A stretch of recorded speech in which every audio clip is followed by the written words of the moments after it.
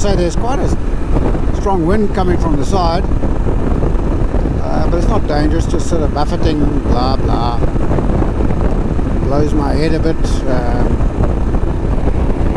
The bike pretty much stays in one straight line.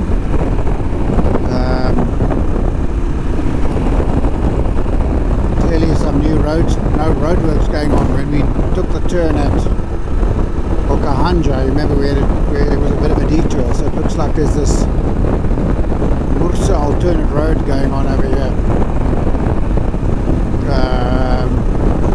Yeah, exactly. So we're going to join the main road again now, I guess.